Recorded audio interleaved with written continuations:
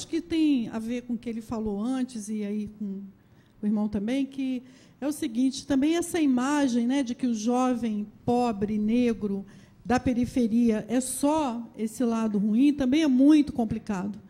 Existe também muita cultura, existe muita vida dentro da comunidade, apesar de todas as mazelas e precariedades que todos nós aqui conhecemos, mas talvez mostrar para esses meninos, né, que há possibilidade, sim, de um diálogo, né, de troca e de muita experiência dos dois lados, né. Não é fácil fazer isso, porque muitas vezes a visão que a gente tem e a concepção que a gente tem desse jovem ou da comunidade em que ele vive é só essa, só o lado negativo, né? Porque isso, inclusive, que é banalizado, né? Isso que a mídia dá maior ênfase, mas dá para conhecer um lado muito legal, viu? Dá para conhecer muita cultura, dá para conhecer muita experiência e conhecimento. A gente trabalha com jovens que têm muita capacidade e habilidade de participar de um debate como esse, que poderiam estar aqui hoje, inclusive, falando deles mesmos. Então, eu acho que essa troca ela é muito rica, né? E aí, esse jovem aí, né, da igreja, classe média, fala, caramba, aí, tem um cara lá da minha idade que sabe falar melhor até do que eu. Pô, que legal isso. Então, acho que essa troca é muito importante, né? Abrir esses espaços e essas possibilidades e valorizar principalmente o que já existe dentro das comunidades, das favelas, porque, assim, muita vida e cultura lá, apesar de tudo, né? Só aproveitar para promover, tem um consultor aqui que já fez esses encontros algumas vezes. O nome dele é Cláudio Santos, acertei o sobrenome, né? Então, se você puder e quiser trocar uma ideia, ele já provocou esses encontros que a Sueli está mencionando aqui. Ele tem uma boa carga de partilha para compartilhar. A gente também tem uma turma chamada Monitoramento Jovem de Políticas Públicas, que é essa garotada das comunidades, que tem muito, muito para ensinar e conversar também. A gente promoveu lá na Macanudos, no ano retrasado, foi um projeto que durou 1 ano, e ano passado a gente brecou, e ele volta agora em 2016. Porque ele gerou tanta demanda, foi um negócio assim, foi tão expressivo que a gente assustou. Nós começamos a juntar grupos de discussões, a gente montou alguns coletivos com classes diferentes para discutir. E isso foi muito impressionante, porque assim, na hora das falas, a maneira que eles estavam vestidos, você não sabia quem era quem. E a gente incentivava os meninos da comunidade a se arrumarem, as meninas a irem mais produzidas e tal, para que chegasse na discussão, ninguém soubesse quem era quem. E ninguém sabia.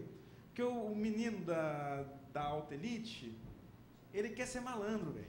Ele quer usar o abarreta, e ele quer falar gíria, e ele quer ser descolado, e ele não consegue, mas ele tenta. E o menino da comunidade, ele quer ter o Nike Gel de R$800, e tem menino que trabalha e compra o gel. Ele não rouba, não, ele compra. E a maioria dos meus alunos, eles compram. E eu fico escandalizado, porque eu não tenho um iPhone 6. E ele tem um iPhone 6. E eu fico pensando assim, cara, onde você mora? E ele me fala onde ele mora, e eu cara, não posso ir na sua casa? Posso, chego na casa dele e tem 3 TVs de LED. Não é uma, são 3, mas tem só 2 cômodos na casa. Eu fico perguntando, para que você tem? Né? Que é legal. Eu falei assim, Cristo Jesus. Por que? Porque eu não tinha com o que gastar, minha mãe queria um outro negócio, eu comprei, não sei o quê. Eu falei, como você não tinha com o que gastar, criatura?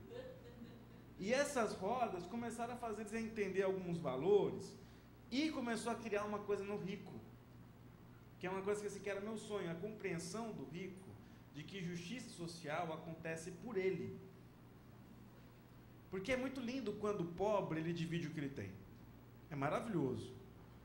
Só que o pobre, quando divide o que ele tem, ele fica com nada. E o rico, quando divide o que ele tem, falando em recursos materiais, tá? Geralmente ele dá do que sobra. Mas quando ele compreende que o excesso dele é a falta do outro, você tem justiça social. Eu comecei a ver os meninos de classe AAA começando a entender que, na verdade, o outro não foi morto por causa de um iPhone.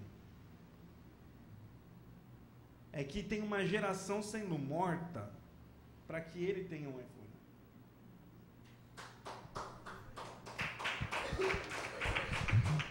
O negócio é que a gente não consegue provocar isso num discurso eu e ela com os nossos meninos, mas quando a gente coloca eles para discutir entre si, e eles começam a se conhecer, eles começam a se identificar, e ele entende que ele faz parte da exploração, porque o pai dele é um empresário, e porque o pai dele ganha 400, 500 mil reais por mês, livre, pai dele, e o outro trabalha para o pai dele, e ganha 600 reais por mês, e ele começa a entender o disparate, e que aquela exclusão acontece porque o pai dele não está disposto a subir o salário, que se o pai dele, ao invés de ganhar 500 mil, o pai dele ficasse com uns 200, já ia fazer muita diferença para aquela galera. E eu estou falando um absurdo, porque um cara ganha 200 mil por mês, a gente está falando de muito dinheiro. É muito dinheiro. E você vê esse menino de 16 anos, 17 anos, indo cutucar o pai dele e falar assim, quando eu assumir o seu lugar, eu vou fazer diferente. Dá para ter uma esperança. Agora só vai ter uma maneira, se a gente conseguir criar esses espaços onde eles possam se relacionar. E, se eu não me engano, acho que é o que Jesus fazia, né?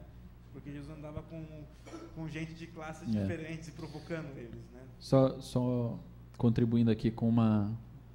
Recentemente o Harold Segura veio ao Brasil e fez um painel lá na IBAB, eu acompanhei pela internet, e o Ed, contribuindo ali com o que o Harold tinha falado, ele falou uma coisa interessante. O tema era os desafios da missão integral hoje, né? Então, e o Ed estava colocando uma frase que pode até assim, chocar na primeira vista, mas vai de encontro com isso que você está falando aí, ao encontro, falando assim, que a missão integral precisa parar de ser coisa de pobre, né? Porque quando a gente fala missão integral, é pobre que vem na cabeça, né? O trabalho com pobre. Mas enquanto a gente não começar a perceber isso, que o rico precisa entender o valor do reino e repartir aquilo que ele tem, né? A gente vai estar pela metade do caminho, né? Sempre trabalhando na periferia do problema e não no centro, né?